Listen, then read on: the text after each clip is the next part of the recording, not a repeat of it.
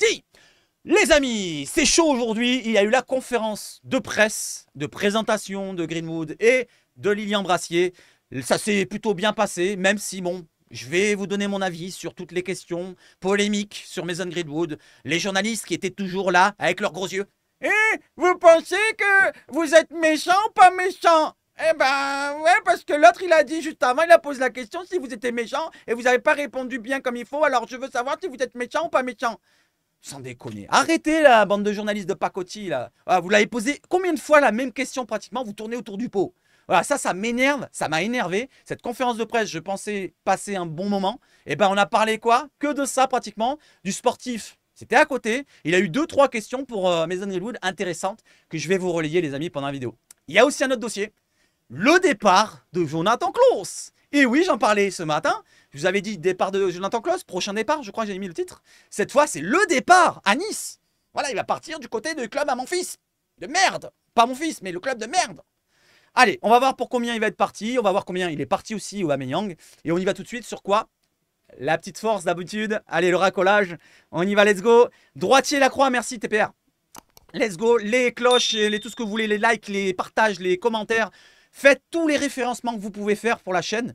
Plus vous le faites, plus Seb va être mis en avant. Voilà. Comme ça, si vous voulez qu'on soit le plus nombreux, eh ben on sera nombreux ensemble.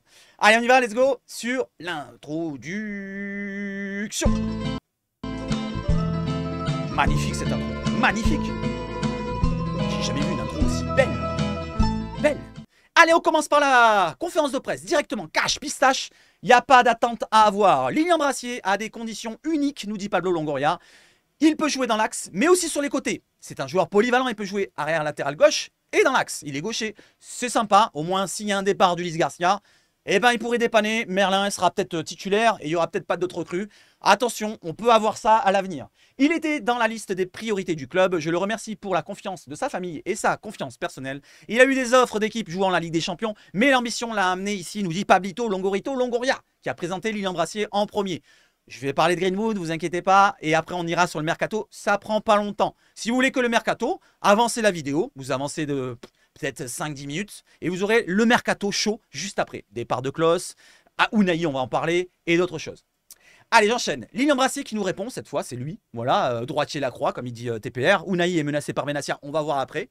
Hugo Manetti, qui est marseillais, m'a dit que c'était un club pour moi. Et oui, ils sont connus du côté de Brest, ils jouaient ensemble. J'estime avoir fait le bon choix. J'ai beaucoup parlé avec le président et Mehdi Benassia. Le coach de Zerbi a beaucoup joué dans mon choix et ce projet à long terme. Donc on lui a amené un bon projet à long terme pour Lilian Brassier. Il a que 24 ans, il a encore tout l'avenir devant lui. Donc il quitte un club qui va jouer la Ligue des Champions, mais pour arriver dans un club qui a une renommée beaucoup plus puissante. Je parle de l'OM par rapport à Brest. Brest, c'est autre chose. Ils vont jouer certes la Ligue des Champions, il le mérite, mais il a peut-être voulu avoir une récompense pour sa carrière et pour le côté financier. Le côté financier, on va en parler, mais pour Greenwood tout à l'heure. Donc voilà, donc il est venu pour le projet et pourquoi pas le projet sportif. Concernant Lilian Brassier qui nous parle encore, l'OM est un club avec beaucoup d'exigences. Je suis venu ici pour aider l'équipe. Il y a beaucoup de stabilité. L'objectif est de retrouver l'Europe et la Ligue des Champions. Je suis une personne ambitieuse. Donc il arrive, il est ambitieux. On n'attend que ça, des joueurs ambitieux. On n'oublie pas Mbemba, quand il a parlé du côté de Canal Plus Afrique, qui avait dit « Moi, je suis venu pour gagner des titres. » J'espère que Brassier, certes, il n'a pas gagné de titres dans sa carrière, je ne crois pas, depuis qu'il a commencé. Mais j'espère que lui veut gagner des trophées aussi et qu'il ne veut pas forcément terminer 3e, 4e ou dans les 4 premiers, comme on dit, et ne rien gagner derrière. Cette année, j'espère pourquoi pas qu'on fasse quelque chose en Coupe de France. Elle est possiblement gagnable. Donc allons jusqu'au bout dans toutes les compétitions, que ce soit l'équipe de France, la Coupe de France, pardon, et la Ligue 1. La Ligue 1, ça va être compliqué, mais sait-on jamais, hein. De Zerbi, il fait bien tourner les choses. Ça peut matcher, ça peut matcher. Je sais pas ce que vous en pensez dans le chat, n'hésitez pas à me dire sur Twitch. On est en même temps sur Twitch là les amis. On a passé la conférence de presse sur Twitch ensemble. C'était sympa, voilà. Bon, il y a eu quelques-uns qui ont parlé un petit peu trop sur la polémique Greenwood. Ça a été bien géré par mon modo, merci à Joe.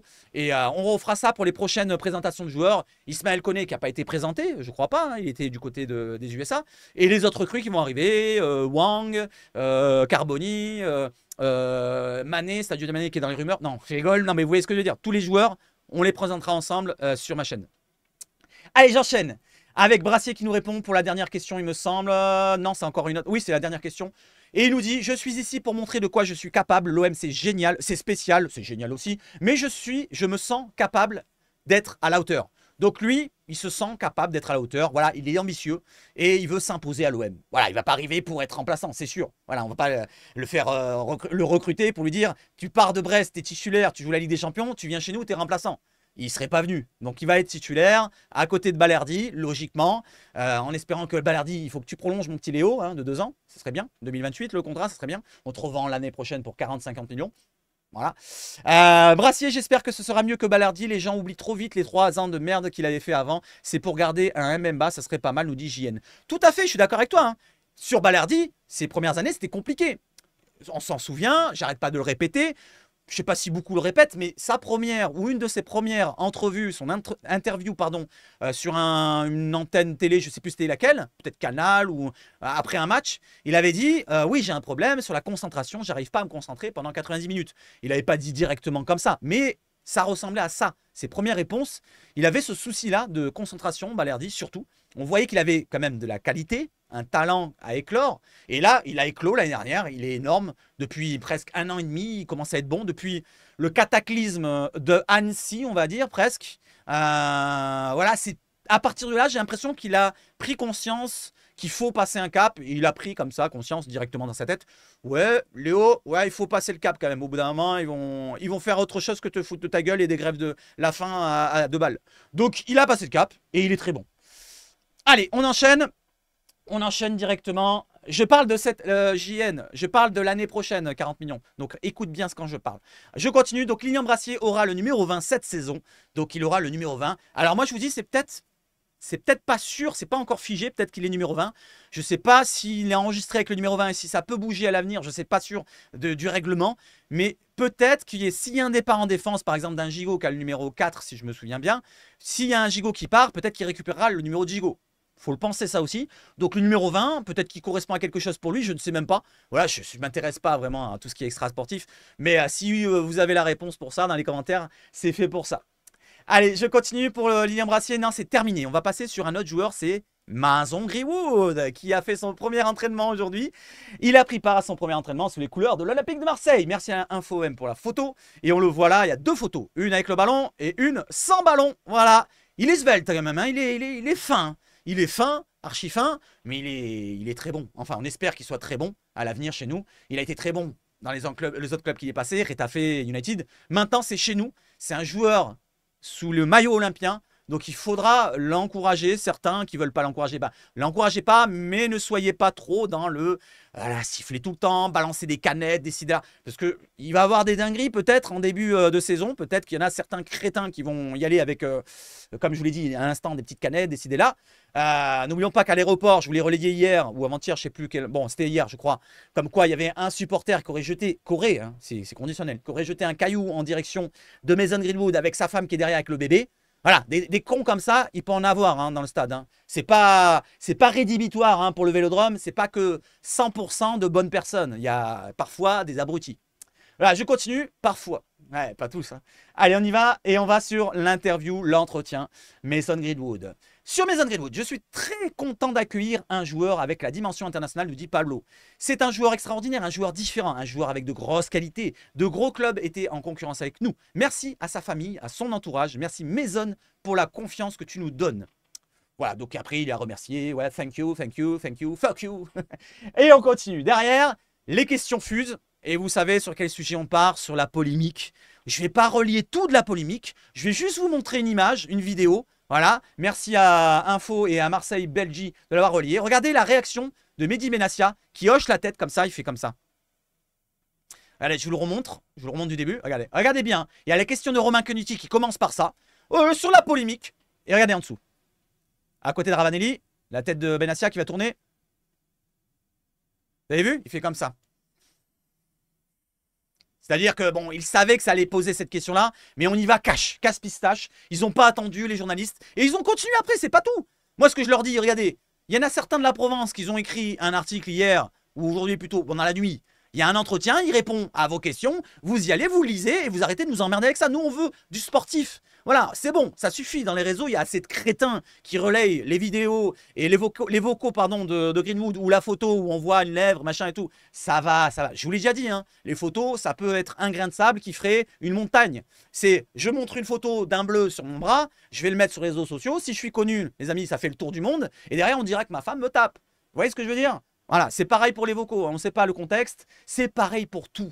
Après, il a peut-être avoué, mais ça, je m'en fous qu'il avoue ou pas. Mais derrière, est-ce qu'il n'a pas été poussé? Il y a tellement de contexte à prendre en compte. On ne connaît pas sa vie privée. Et moi, je ne m'y intéresse pas. Voilà, on ne connaît pas. On n'est pas une mouche à merde. Mais ça, ce que vous faites, tous ceux qui s'intéressent tout le temps au privé, c'est des mouches à merde. Voilà. Après, je ne vous critique pas sur ceux qui ne cautionnent pas, parce que moi, je ne cautionne pas non plus la violence envers les femmes, tout ce qu'il a fait, s'il a fait, bien sûr, s'il l'a fait. Voilà, je conditionne, bien sûr. Pas comme certains médias qui mettent tout de suite « il l'a fait ». Voilà. Donc, il n'est pas coupable. Hein. Jusqu'à preuve du contraire, il n'est pas coupable.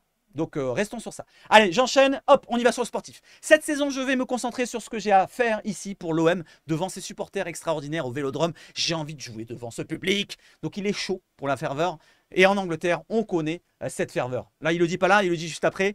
Donc, il est chaud à venir au Vélodrome et il a envie de se concentrer que sur le sportif. On continue sur Mason Greenwood.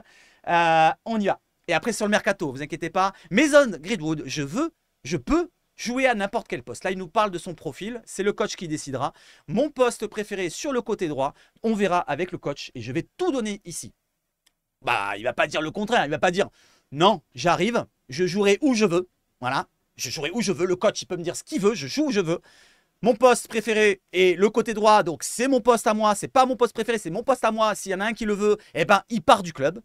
On verra avec le coach. Non, non, non, on verra pas avec le coach. Et je ne vais pas tout donner ici. Je ferai comme Klaus, je vais me retenir. Voilà, je vais rien faire. Voilà, à l'entraînement, je vais dire, portez-moi le chasuble. Non, je ne m'entraînerai pas aujourd'hui. Voilà, donc vous savez comment ça fonctionne. La com, c'est toujours la com, la com, la com. J'enchaîne. Je suis un joueur très offensif. Là, il se décrit un petit peu. On lui pose la question. Là, c'était intéressant, même s'il n'a pas trop décrit la chose. Qui aime aller vers l'avant. J'aime faire des passes décisives comme marquer. J'aime aider l'équipe avant tout. Donc il dit qu'il est collectif et qu'il fait des passes et qu'il est... comment on dit quand on est collectif, l'autre mot? Merde, bon bref, on s'en fout. Voilà, donc moi je dirais que il aurait pu se détailler dans le sens où il dirait « Je suis un joueur qui provoque, je suis assez technique, j'ai un bon pied gauche, une bonne frappe, je suis ambidextre, voilà, parce que j'ai un bon pied droit aussi, je vais très vite, je pense. Voilà, donc j'ai des stats, donc ça parle pour moi, je pense que je peux marquer pas mal de buts. Et comment me décrire? Je suis un profil qui peut jouer sur le côté droit, je peux jouer aussi dans l'axe. Voilà les amis, j'aime bien être avec mes partenaires, comment on dit? Merde, je cherche le mot. Merde. Ouais, les journalistes se permettent trop de choses, tu as raison, Jo. Je cherche le mot. Quand on fait des passes, qu'on est altruiste. Putain. Oh, je l'ai trouvé. L'altruite. Je suis altruiste, voilà, avec mes partenaires. J'aime bien que eux ils marquent et que moi qui marque. Tant que l'OM gagne, tant que mon club gagne, c'est le principal. C'est ce qu'il aurait dû dire. Un peu plus détaillé, mais il a dit deux, trois mots, voilà, assez rapide. Après, je pense qu'aussi, le fait qu'on lui pose les questions à rebousse-poil, qu'il est à rebousse-poil quand il répond pendant 5, 6, 7 fois, voilà, toujours la même question autour du polémique, au bout d'un moment, moi je pense que je serais énervé, je répondrai directement à froid un petit peu aussi. Voilà, là, il s'est retenu. Je pense, il y a un petit peu de retenue. Il a été courtois, il était souriant, franchement. Je trouve qu'il a bien répondu, il a fait une belle com. Mais derrière, moi, moi, en connaissant mon caractère, j'aurais pas réagi pareil, je vous le dis comme ça. J'aurais dit, occupez-vous de votre cul, les amis. Aux journalistes, occupez-vous de votre cul au bout d'un moment. Ça fait 3 fois qu'on me pose la même question. Alors arrêtez de me gonfler avec ça. Allez, on y va. Mason Greenwood, quand l'OM s'est intéressé à moi, j'étais uniquement focus sur ça. Le stade, comme ses supporters, sont incroyables. C'est l'une des plus belles ambiances en Europe. J'en ai parlé tout à l'heure. C'est très connu en Angleterre. Donc, il est intéressé pour l'OM, pour la ferveur. Bon, je vais dire un petit peu le salaire, on va en parler juste après. Mais voilà, la ferveur, le stade, le club qui est reconnu en Europe, en Angleterre. Donc, voilà pourquoi il est venu à l'OM. On continue. Roberto De Zerbi m'a parler de son ambition pour le club. J'espère qu'il pourra répéter ce qu'il a fait avec Brighton ici à Marseille pour que le club puisse être à la place qu'il mérite. Alors avec Brighton, je ne crois pas qu'il ait gagné des trophées avec Brighton. Donc moi, s'il joue bien et qu'il ne gagne pas de trophée et qu'on termine 6e comme Brighton, ça ne me convainc pas. Je veux bien du beau jeu, oui, le beau jeu, je le veux. Mais je veux aussi du résultat. La première année, allez, je passerai outre s'il n'y a pas de résultat en fin de saison, mais qu'on termine au moins en Ligue des Champions et qu'on fasse du beau jeu. Ça sera juste la limite pour moi. Pour moi, la limite, c'est ça. Hein. Ligue des Champions, beau jeu. Et à la limite, voilà, on gagne rien, c'est pas... Allez, je passerai encore. Mais l'année prochaine, si De Zerbi est encore là, qu'il a un effectif qu'il faut pour lui, et que on a voilà, des ambitions démesurées, plus mesurées, et ben moi je prendrai un titre, absolument. Là, je serai rédhibitoire. Là, il faudra tout dégager s'il n'y a pas de résultat l'année prochaine. Cette année, je voudrais bien sûr un résultat. Voilà, s'il n'y a pas le jeu et tout machin, ça serait une Coupe de France minimum. Mais voilà, donc s'il y a déjà ce que je vous ai dit juste avant, ça pourrait me convaincre. Allez, j'enchaîne derrière avec la photo de Ravanelli. Mason Greenwood pose aux côtés de Pablo Longoria et Fabrizio Ravanelli. La photo qui fait plaisir, même si Ravanelli se prend un projecteur dans la tronche.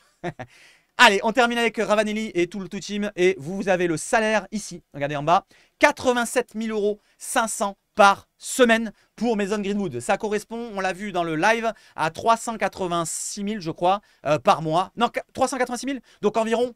Allez, on arrondit la chose à 400 000. Il touchera environ 400 000 € par mois, Mason Greenwood. Donc, on remplace Ismail Assar qui touche pareil. Voilà, il touche pareil.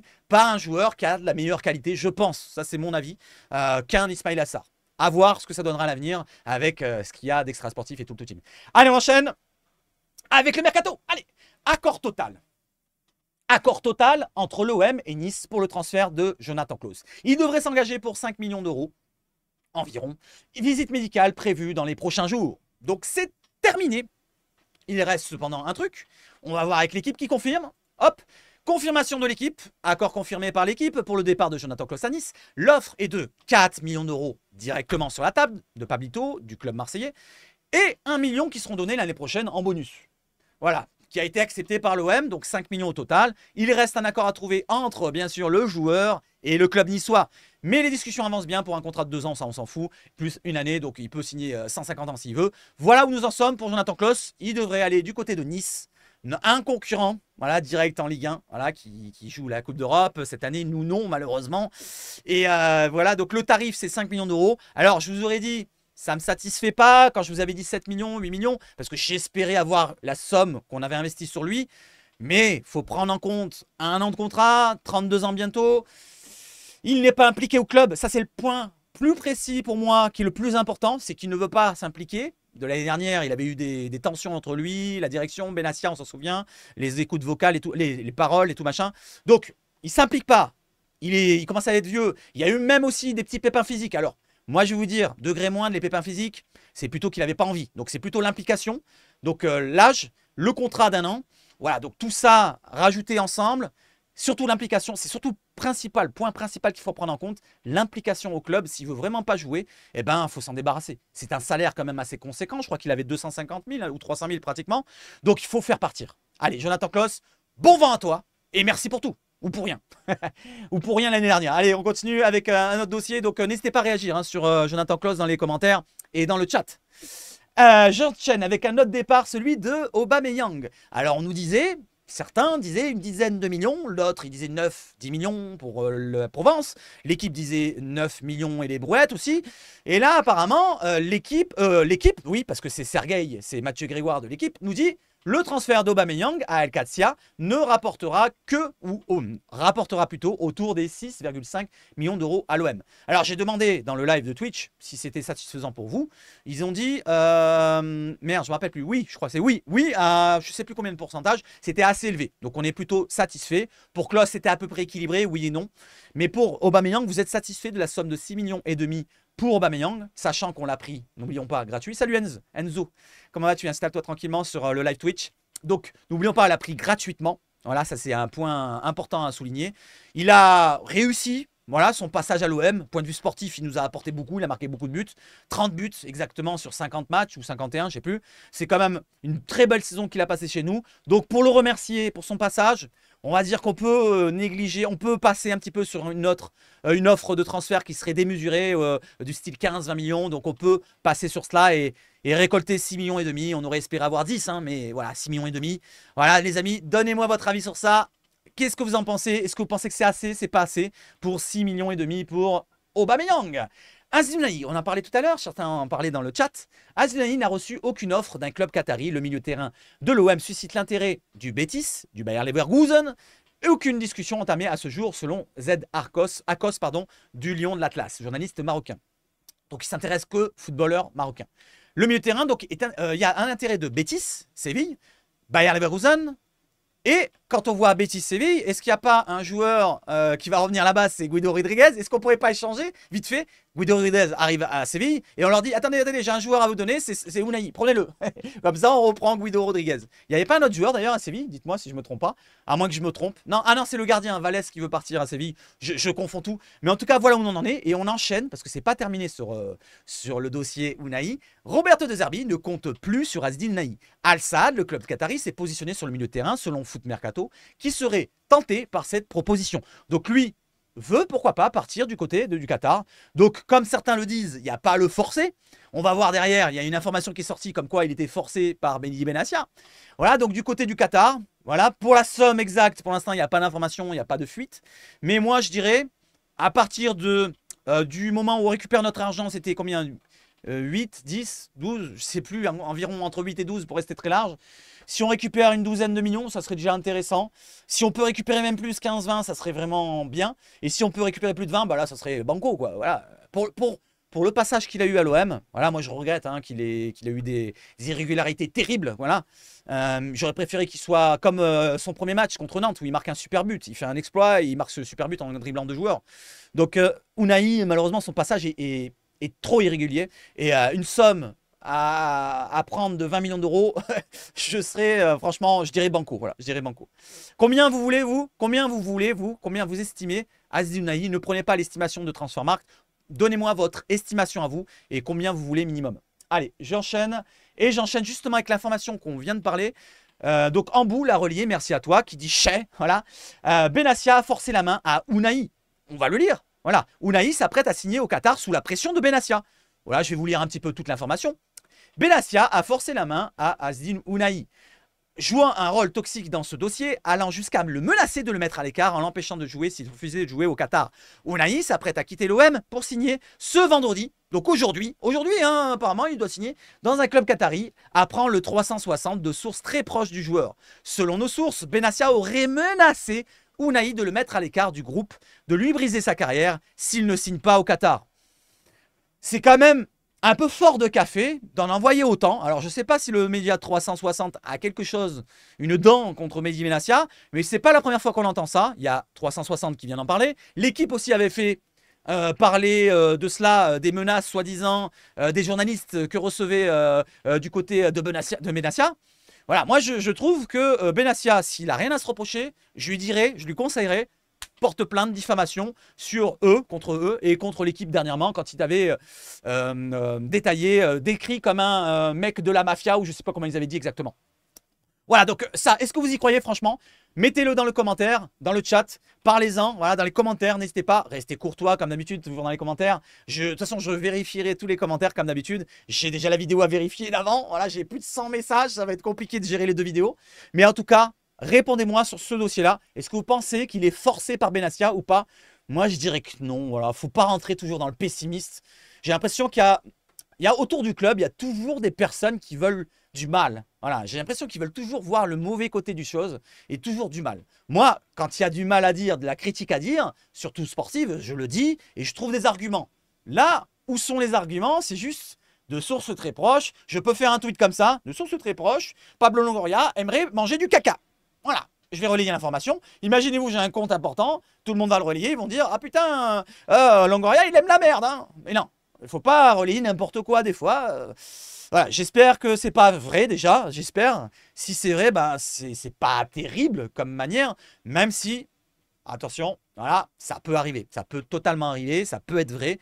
Dans le football, attention, c'est un monde pourri. Dans le monde entier, de toute façon, c'est pourri. Mais dans le football, c'est précisément pourri, tellement pourri que j'aime pas trop regarder tout ce qui s'immisce dans l'autre extra sportif comme il fait Romain Molina ou quoi. Voilà, tout ce qui est sexuel et tout bordel. Donc ça m'intéresse pas. Voilà, moi je concentre sur le sportif. Ce qui m'intéresse, c'est sur le terrain. C'est ma passion, le football, l'ON avant tout. Voilà, c'est le terrain. Voilà, le terrain. Les supporters, quand il y a de la ferveur et tout, ça fait du bien. Mais l'extra sportif, je m'en bats les steaks. Allez, je continue. Donc, la petite photo qui fait bien. Voilà, on a vu le 20 pour Brassier. On a vu le 10 pour Greenwood. Cette fois, le numéro 51 pour Ismaël Koné. Et oui, on ne le connaît pas, le numéro encore, mais c'est une boutade. Je pense qu'il ne portera pas ce numéro-là, à moins que... Attendez, parce que je dis ça, je vais aller sur le site de l'OM. J'ai pas regardé s'il faut lui ont donné le numéro 51. Alors attendez, on va aller regarder dans l'effectif. Voilà, Mason Greenwood, vous le voyez. J'ai pas vu, hein, franchement, j'ai même pas regardé, j'ai pas confirmé pour voir. Quentin Malin, tchac, tchac, tchac, je descends. Ah oui, il a le 51, merde! Merde! C'est une vraie information! Il a le 51, les amis. Ah, d'accord. Ok, d'accord. Ok, bah d'accord, bah je reviens sur l'information. Donc c'est une vraie information, je pensais que c'était pour rigoler. Voilà, donc Ismaël Koné portera le numéro 51. Il va avoir des dribbles chaloupés, quoi. Olé, 51, avec la bouteille et la main comme ça. Olé, wouhou, slalom, qu'est-ce qu'il y a? Flou, flou, flou, flou, flou, flou. Bon, j'arrête. Allez, le dernier boutade pour Benedetto Pipa de son prénom qui est libre, les amis. Et je vous demande, on n'a plus d'attaquant, on n'a que Mombagna. Vous le prenez en retour à l'OM? Allez, c'est la boutade. Ça, je le prends pas, hein, je le prends pas, vous non plus. Mais certains, peut-être, qui ont aimé son passage, peut-être. N'oublions pas sa première année qui a été plutôt pas mal. Il a marqué 13 buts, je crois, un truc comme ça. Voilà, il a été intéressant, je trouve. C'était un joueur quand même qui avait une qualité, hein, quand même technique pour un attaquant. C'était un petit de taille qui n'était pas très fort dans le jeu aérien, quoique. Voilà, il avait un bon jeu aérien quand même. Mais franchement, c'est dommage qu'il y ait eu le Covid parce que c'est le Covid qui l'a tué. Pour moi, ça c'est mon avis. Alors je sais pas si vous l'avez déjà entendu, mon avis sur des lives ou des vidéos. Mais pour mon avis, pour Benedetto, pourquoi il s'est éteint en partie sur la deuxième partie de son contrat à l'OM? C'est parce qu'il manquait de ferveur. Lui, il réclame de la ferveur. J'ai l'impression que c'était dans ce domaine-là. Je ne sais pas si je me trompe, mais il était dans la période Covid et il n'était pas très bien. Dans la période Covid, j'ai l'impression que ça a monté dans les stades, c'était vide, peut-être de ferveur, et ça l'a peut-être un petit peu déboussolé. Et c'est pour ça peut-être qu'il a voulu repartir en Amérique du Sud, au Boca Juniors, qui quittera dans pas longtemps. Voilà. Allez, on rafraîchit toutes les pages, les amis, et je pense qu'on termine comme ça. Cité dans les pistes de l'OM, donc ça c'est la rumeur d'hier, je pense. Rodriguez, j'ai parlé. Voilà, on enchaîne, on regarde un peu les informations, les dernières informations. Avec continuer à jouer avec les sentiments du peuple bleu-blanc, avec le Mercato OM, je vais tout vous éteindre, nous dit Ambou. Bon, écoutez, ça dépend de qui il parle, hein, ça dépend de qui il parle, les amis. Ça dépend de qui il parle. Moi, j'ai relayé tout. Regardez, de tous les avis qu'il y avait. De tous les avis qu'il y avait. Hein. Moi, je suis plutôt dans ce domaine-là, de prendre le bon comme le mauvais. Quand il y a une information, par exemple, imaginons, on est sur un joueur comme Nketiah, il y en a un qui va dire, ouais, c'est fait, machin, sur 17 millions, oh, je sais, on s'en fout de la somme, mais c'est fait, et tout le monde est un peu hypé pour une nouvelle recrue et tout, et c'est là. Moi, si je vois dans le côté anglais, on dit, non, non, c'est pas fait du tout, il est un petit peu réticent à venir à l'OM, eh ben, je mettrai l'information, oui, il va venir, et l'information, non, il va pas venir. Et après, on se fera notre avis là-dessus. Voilà, il ne faut pas non plus déconner, il ne faut pas se prendre pour le centre du monde. En bout, je t'aime bien, j'aime bien le contenu que tu fais, mais attention, maintiens-toi si c'est pour... Non, c'est pas pour moi, je pense pas. Moi, je suis une petite brindille sur Twitter. Mais attention, moi, j'ai rien à me reprocher. Alors, qu'est-ce qui se passe d'autre? On continue. On bourre les urnes, Assemblée nationale. Je sais pas, on s'en fout. Fenerbahçe de Mourinho, on s'en fout. Le petit vieux Joe Biden. Tac, on descend un petit peu. Je crois qu'il n'y a plus rien. Oh, Balotelli, est-ce que vous le reprenez? Je descends un petit peu. On est en fin de vidéo, les amis. Voilà, on va se retrouver à parler en direct, en live pendant quelques minutes. Alors, je regarde un peu les informations d'autres comptes. Hop, voilà, vite fait. Et comme ça, on se quittera, bons amis. Tchac, voilà, il n'y a plus d'autres informations. C'est il y a 1 heure. BOM, est-ce que tu as mis quelque chose, mon ami? Mon ami BOM, ou mon ennemi, je sais pas, peut-être que tu joues contre moi. 34 minutes, l'offre de l'équipe, voilà, on l'a mis. Je regarde un peu plus bas. Ouais, c'est bon. On va reprendre un dernier. Allez, Fabrizio, les amis. Tchac, Fabrizio, il confirme quoi? Il confirme... Klaus, il confirme, voilà. On a la confirmation du GOAT. Le GOAT a parlé. Le GOAT a parlé, les amis. L'Olympique de Marseille a accepté l'offre de Nice. Et l'OM est d'accord avec Nice sur un accord de 5 millions d'euros avec l'Olympique de Marseille. Bon, il n'a pas dit comme ça, mais vous voyez ce que je veux dire, c'est marqué là. Pour le RB français. Ah, comment on dit right back? Comment ça s'appelle? Right pour droite, back pour arrière, c'est ça? Right back, je crois. 4 millions d'euros directement de forfait sec, plus 1 million d'euros de bonus et propositions de contrat également envoyées aux joueurs selon le Parisien. Pour parler en cours selon les conditions du joueur. Voilà où nous en sommes. Fabrizio Romano le valide, c'est-à-dire qu'il s'est informé. Il a eu la même information. Et on en reste sur ça pour Jonathan Klaus. Pour l'information principale de cette vidéo, qui est le plus principal pour vous, c'est que Jonathan Klaus devrait partir pour cette somme-là. Voilà, 4 millions plus 1 de bonus. Et il aura un contrat de 2 ans. On s'en fout de ça. Mais en tout cas, il est en discussion actuellement avec le club niçois. Voilà, c'est bon. Rafraîchissons. Voilà, il n'y a plus rien. Il n'y a plus rien. Pogacar, Denis Benedetto, El Pipa a mis fin à un contrat possible, Mexique, États-Unis. Voilà, j'en parlais juste à l'instant. Tchac, tchac, tchac. Et on finit la vidéo. Voilà les amis, j'espère que vous avez passé un bon moment avec moi. N'hésitez pas comme d'habitude, l'alerte comme d'habitude de fin de vidéo, début de vidéo, fin de vidéo. Le like, le partage, s'abonnement, la cloche, très important. Et le commentaire pour réagir sur tous les dossiers. Allez, je vais vous quitter sur cette vidéo-là. Sur le live, on est encore ensemble un petit peu. Vive le foot chez Sabach Foot. Et surtout, les amis, qu'est-ce qu'on dit dans le chat? Qu'est-ce qu'on dit? Qu'est-ce qu'on dit? Dites-moi, qu'est-ce qu'on dit? Allez l'OM! Bande d'enfoirés! Pour ceux qui jouent du mercato, là, enfoirés que vous êtes. C'est Seb qui le dit. Moi, je suis pire que Hambou, là. Je vous prends par les coronets.